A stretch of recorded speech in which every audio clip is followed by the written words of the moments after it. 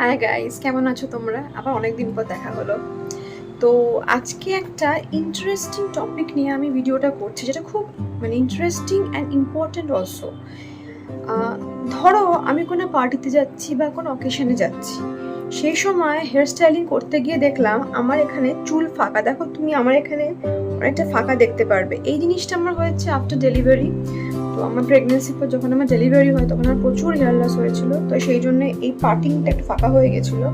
তো এখন অনেকটা রিকভার করেছি, বাট স্টিল এখন একটুখানি আছে। It takes A lot of time, বুঝতেই পারছো, অনেক হরমোনাল প্রবলেমে হেয়ার ফলিং হয়।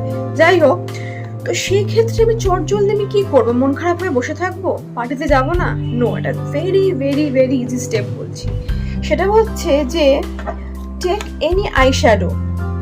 ওকে, আই শ্যাডো প্যালেট একটা নিলাম, যার মধ্যে ব্ল্যাক আই শ্যাডোটা নাও, ব্ল্যাক কালার। এই যে ব্ল্যাক কালারটা আমি নিচ্ছি, দিস কালার, ব্ল্যাক কালার। ওকে, এই ব্ল্যাক কালারটা নিয়ে কি করো, যে একটা মেকআপ ব্রাশ নাও, যে কোনো মেকআপ ব্রাশ সবারই বাড়িতে থাকে।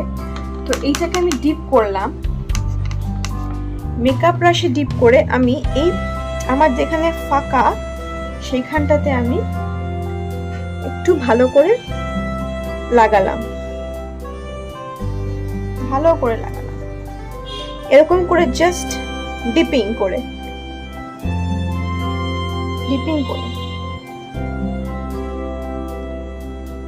জাস্ট এরকম করে করে লাগাবো।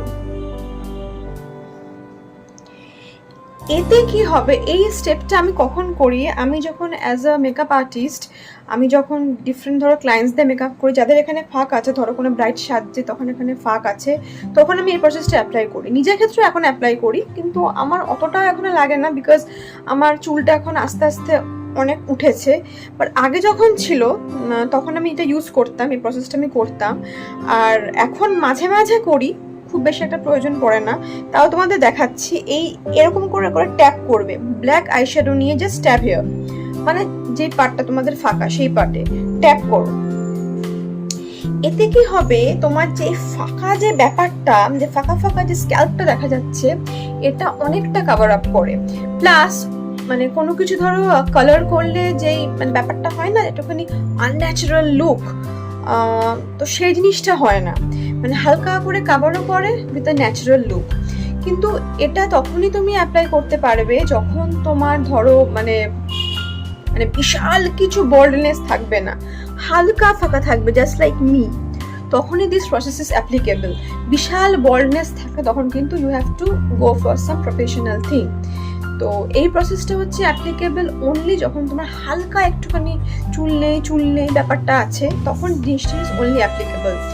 তো এই দেখো, এই টেকনিকটা তোমাদের ভালো লাগে কিনা। যদি ভালো লাগে তাহলে আমাকে কমেন্ট করে জানাও। চ্যানেলটাকে লাইক, শেয়ার, সাবস্ক্রাইব করতে কিন্তু অবশ্যই ভুলো না। So till now, tata.